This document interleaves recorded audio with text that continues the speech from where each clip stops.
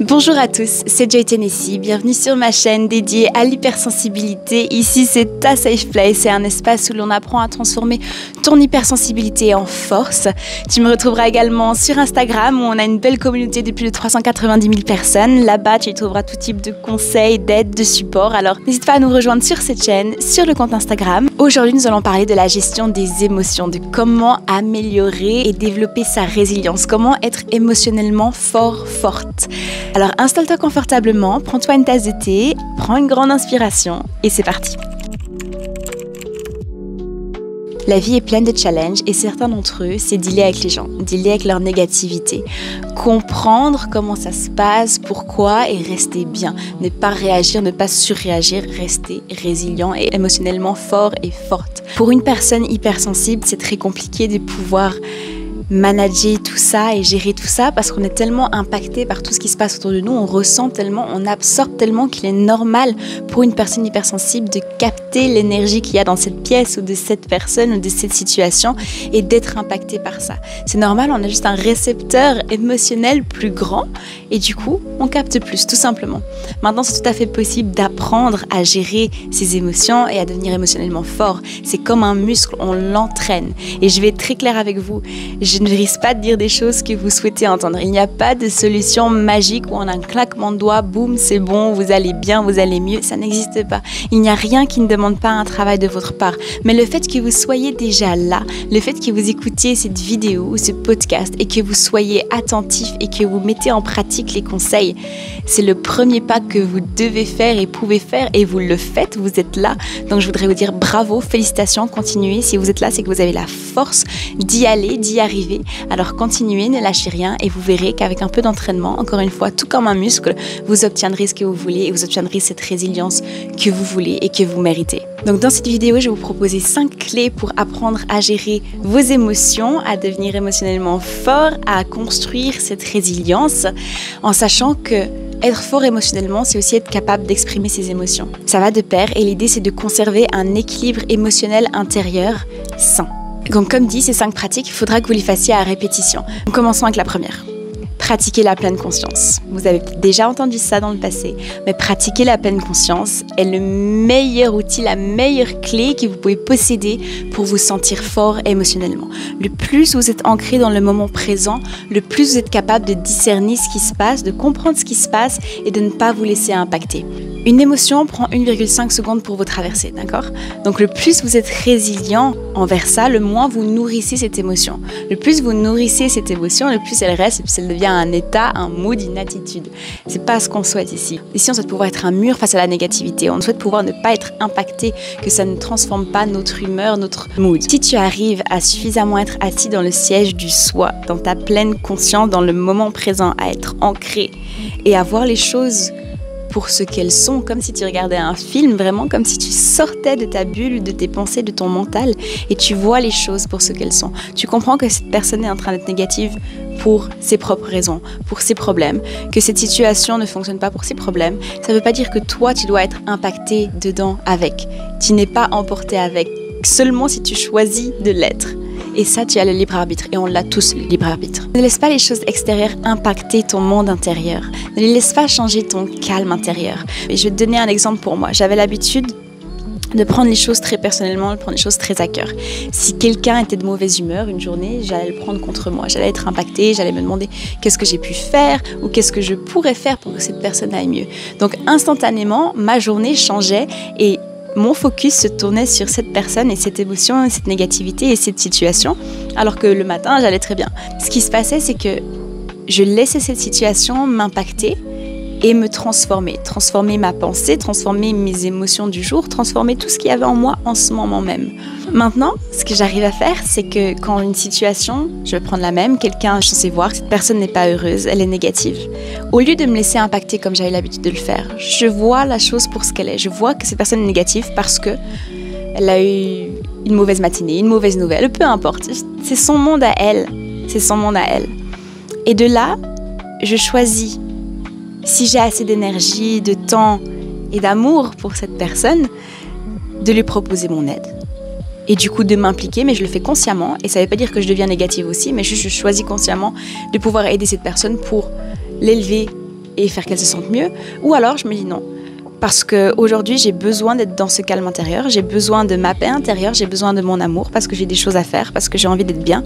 Alors, je reconnais tes émotions, je valide ta situation, mais je ne la laisse pas m'impacter. Donc le fait de vraiment décider consciemment de ne pas te laisser impacter par les choses extérieures, c'est ça qui change ton état.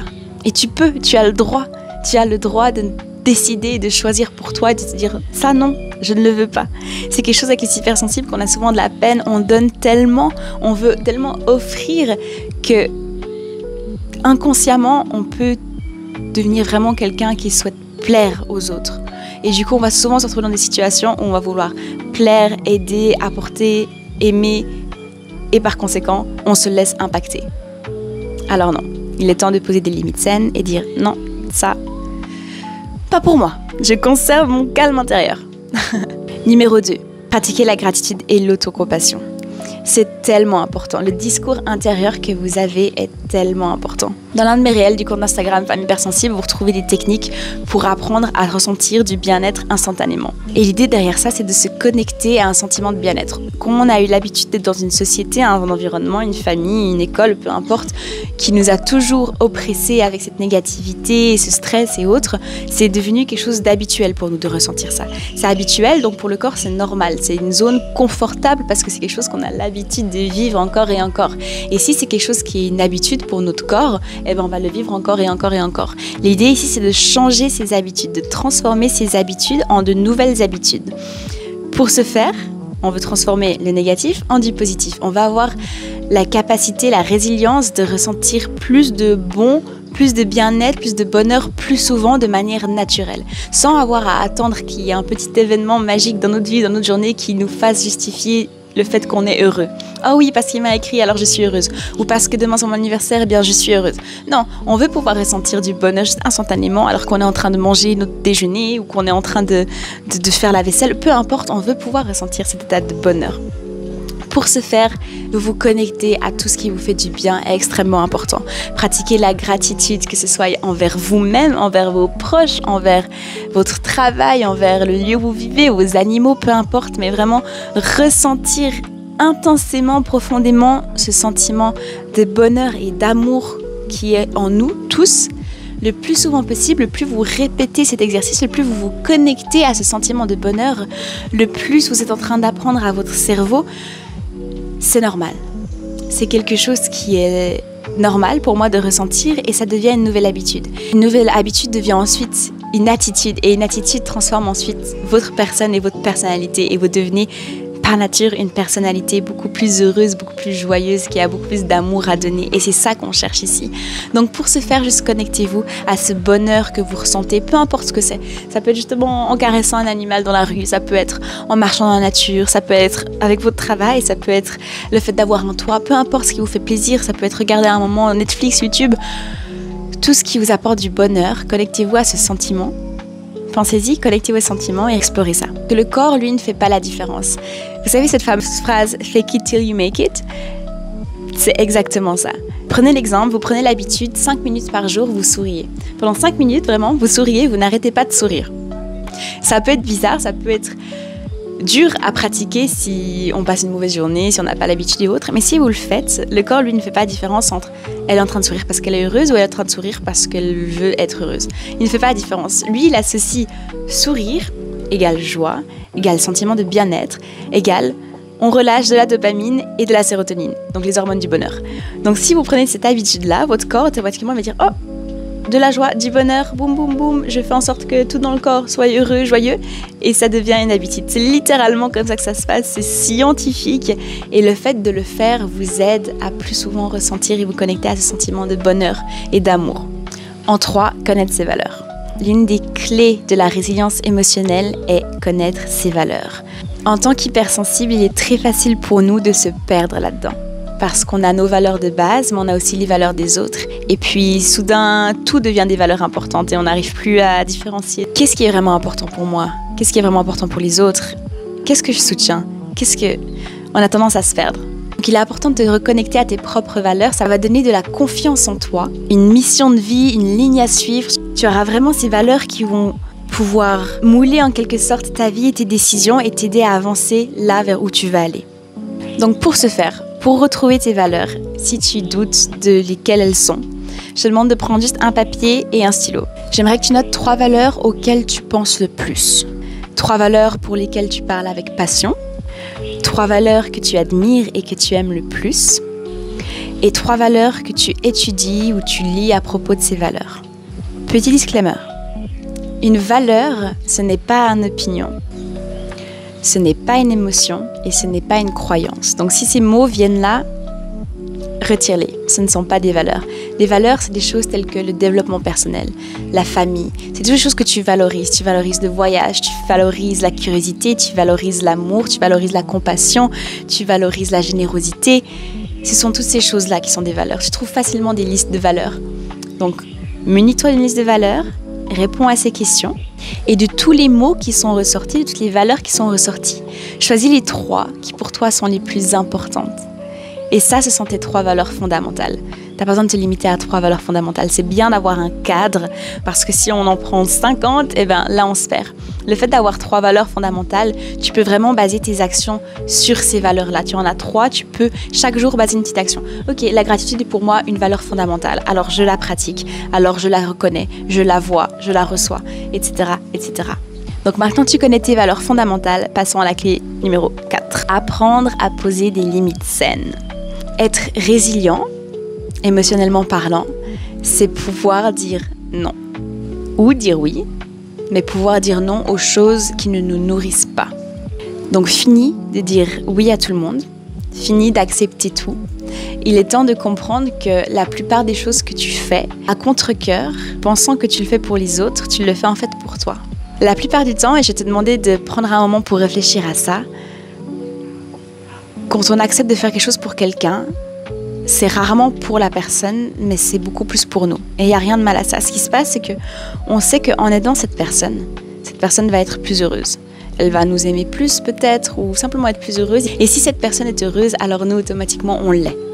Si cette personne nous aime et on se sent validé, eh ben, automatiquement, on est heureux. Peu importe à quel degré c'est. La plupart des choses que l'on fait, on le fait pour nous. Et encore une fois, il n'y a rien de mal à ça. C'est pas être égoïste, c'est quelque chose de naturel, on est humain. Et c'est beau de pouvoir penser à nous. Maintenant, si on pense à nous, autant penser à nous dès le début. C'est-à-dire, je sais que si je fais ça, j'ai le sentiment que cette personne sera heureuse et si elle est heureuse, je suis heureuse. Maintenant, est-ce que j'ai vraiment l'énergie, le temps, l'envie de le faire ? Parce que si votre bonheur dépend du bonheur et de l'association de cette personne, alors vous n'êtes pas libre. Vous dépendez de quelqu'un et de quelque chose. Donc il va falloir apprendre à mettre des limites saines et des barrières et dire non. Mon bonheur, votre bonheur dépend que de vous, uniquement de vous. Vous choisissez d'être heureux ou non. Et votre bonheur n'a pas besoin d'être validé ou passé par celui des autres. Il passe par vous uniquement. Donc apprendre à vous poser, à prendre le temps. La prochaine fois qu'une personne vient avec un problème, une demande, quelque chose, prenez l'habitude, même si la réponse est oui, il n'y a aucun problème pour vous de le faire, prenez l'habitude de prendre du temps pour réfléchir. Répondez juste à cette personne, donne-moi 1 heure, il faut que je regarde mon planning. Ou donne-moi un moment, il faut juste que je réfléchisse. Prenez cette habitude-là pour ensuite vous poser et prendre le temps de réfléchir. Ne pas être trop impulsif. Vous pouvez même dire à la personne de manière vraiment honnête, et ça c'est encore mieux, je vous encourage à le faire. Donne-moi un moment, j'aimerais voir si j'ai assez d'énergie pour le faire et m'investir à 100%. Parce que si vous faites ça, la personne va grandement apprécier votre aide, encore plus que d'habitude, parce qu'elle saura que vous avez pris le temps de peser votre énergie, de voir si vous avez l'énergie pour le faire. Et si vous dites oui, la personne sera beaucoup plus heureuse que si vous dites juste oui simplement comme ça. Si vous lui dites non, à l'inverse, la personne sera également heureuse de savoir qu'elle peut compter sur vous. Parce qu'elle saura que quand elle vous demande quelque chose et que vous le faites avec le cœur. Et vous ne le faites pas parce que vous vous sentez forcé. Donc, par effet ricochet, ça augmente et améliore vos relations, la confiance que ces personnes ont envers vous. Et ça augmente votre bien-être parce que vous pouvez vous poser des limites saines et vous vous mettez en priorité. Alors, je vous encourage grandement à le faire. Posez-vous. Rien ne stresse. Je sais qu'on est dans une société où tout le monde nous dit d'aller vite, où tout le monde nous stresse, mais rien ne stresse, d'accord ? On peut prendre le temps. On peut prendre le temps de prendre des décisions. Et si quelqu'un vous stresse et n'est pas d'accord avec ça, eh ben c'est la preuve que vous avez bien fait de ne pas accepter ce que cette personne vous demandait. parce que vous ne voulez pas travailler, aider, parler à quelqu'un qui est stressé, qui ne respecte pas votre temps ni votre espace. Numéro 5 et dernière clé de cet exercice que j'adore, la visualisation. Pourquoi est-ce qu'on ne s'autoriserait pas une fois à visualiser une fin heureuse? On a tendance, surtout nous les hypersensibles, à toujours visualiser les choses, comment elles vont se passer, à essayer de les prédire, à les imaginer, à se dire ça va être comme ça, il va dire ci, il va dire ça, du coup moi je pourrais dire ci et ça, et et notre esprit part et se perd.